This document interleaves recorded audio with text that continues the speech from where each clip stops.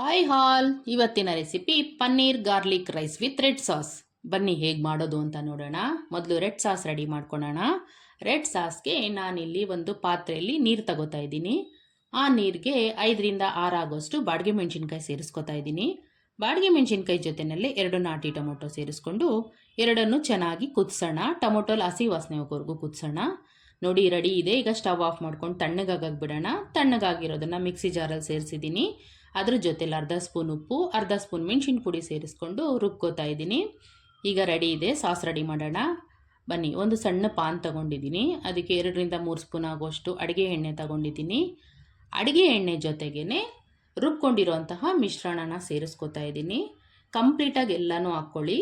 ಎಲ್ಲನೂ ಮಿಶ್ರಣ ಸೇರಿಸ್ಕೊಂಡು ಚೆನ್ನಾಗಿ ಫ್ರೈ ಮಾಡಿ ಎಣ್ಣೆನಲ್ಲೇ ಚೆನ್ನಾಗಿ ಹುರಿಬೇಕು. ನೋಡಿ, ಈ ಹದ ಬಂದಮೇಲೆ 1 ಸ್ಪೂನ್ ಸಕ್ಕರೆ, ಅರ್ಧ ನಿಂಬೆಹಣ್ಣಿನ ರಸ ಹಾಕ್ಕೊಂಡು ಚೆನ್ನಾಗಿ ಕುದಿಸೋಣ. ಈಗ ಸಾಸ್ ರೆಡಿಯಾಗಿದೆ. ಬನ್ನಿ ಈಗ ಗಾರ್ಲಿಕ್ ರೈಸ್ ರೆಡಿ ಮಾಡ್ಕೊಳ್ಳೋಣ. ಗಾರ್ಲಿಕ್ ರೈಸ್ಗೆ ನಾನಿಲ್ಲೊಂದು ಕಡಾಯಿ ಇಟ್ಕೋತಾ ಇದ್ದೀನಿ. ಅದಕ್ಕೆ 4ರಿಂದ 5 ಸ್ಪೂನ್ ಆಗೋಷ್ಟು ಬಟರ್ ಹಾಕೋತಾ ಇದ್ದೀನಿ. ಬಟರ್ ಜೊತೆಗೆ 2 ಸ್ಪೂನ್ ಆಗೋಷ್ಟು ಅಡುಗೆ ಎಣ್ಣೆ ಸೇರಿಸ್ತಾ ಇದ್ದೀನಿ. ನಂತರ 2 ಸ್ಪೂನು ಜೀರಿಗೆ, ಸಣ್ಣ ಕಟ್ ಮಾಡ್ಕೊಂಡಿರೋಂತಹ ಬೆಳ್ಳುಳ್ಳಿ, ಸಣ್ಣಗೆ ಹೆಚ್ಕೊಂಡಿರೋಂತಹ ಈರುಳ್ಳಿ, ಇದನ್ನೆಲ್ಲ ಸೇರಿಸಿ ಚೆನ್ನಾಗಿ ಫ್ರೈ ಮಾಡ್ಕೊಳ್ಳೋಣ. ಫ್ರೈ ಆಗಿರೋಂಥದ್ದಕ್ಕೆ 1 ಬೌಲ್ ರೈಸ್ ಹಾಕ್ಕೋತಾ ಇದ್ದೀನಿ. ಬೌಲ್ ರೈಸ್ ಹಾಕ್ಕೊಂಡು ಚೆನ್ನಾಗಿ ಎಣ್ಣೆನಲ್ಲೇ ಫ್ರೈ ಮಾಡ್ಕೊಳ್ಳೋಣ. ಫ್ರೈ ಮಾಡಿ ಚೆನ್ನಾಗಿ ಫ್ರೈ ಆದಮೇಲೆ ಸ್ವಲ್ಪ ಮೆಣಸಿನ ಪುಡಿ ಹಾಕ್ಕೊಳ್ಳಿ.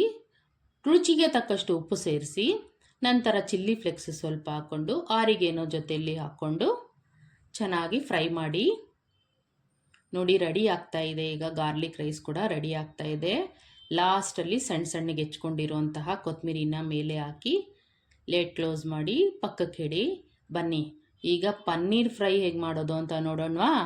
ಓಕೆ, ಮೊದಲಿಗೆ ಒಂದು ಬೌಲ್ ತಗೊಂಡಿದ್ದೀನಿ. ಕಟ್ ಮಾಡ್ಕೊಂಡಿರೋಂತಹ 200 ಗ್ರಾಮ್ ಪನ್ನೀರ್ನ ಅದರಲ್ಲಿ ಹಾಕ್ಕೊಂಡು ಅರ್ಧ ಸ್ಪೂನ್ ಉಪ್ಪು ಹಾಕೋತಾ ಇದ್ದೀನಿ.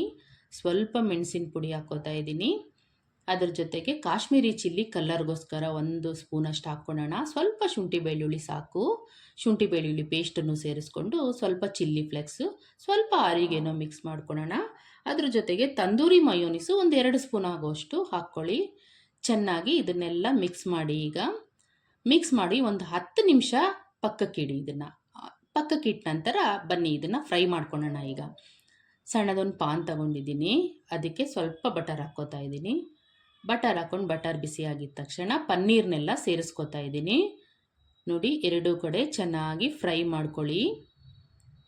ಚೆನ್ನಾಗಿ ಬಟರ್ ಜೊತೆಯಲ್ಲಿ ಪನ್ನೀರು ಫ್ರೈ ಆಗಲಿ, ತುಂಬ ಕಪ್ಪಗಾಗಬಾರ್ದು. ಇಷ್ಟ ಆದರೆ ಸಾಕು. ನೋಡಿ, ಈಗ ಪನ್ನೀರ್ ಫ್ರೈ ಕೂಡ ರೆಡಿ ಆಯಿತು. ನೋಡಿ friends, paneer garlic rice with red sauce ready ಇದೆ. ಎಂಜಾಯ್.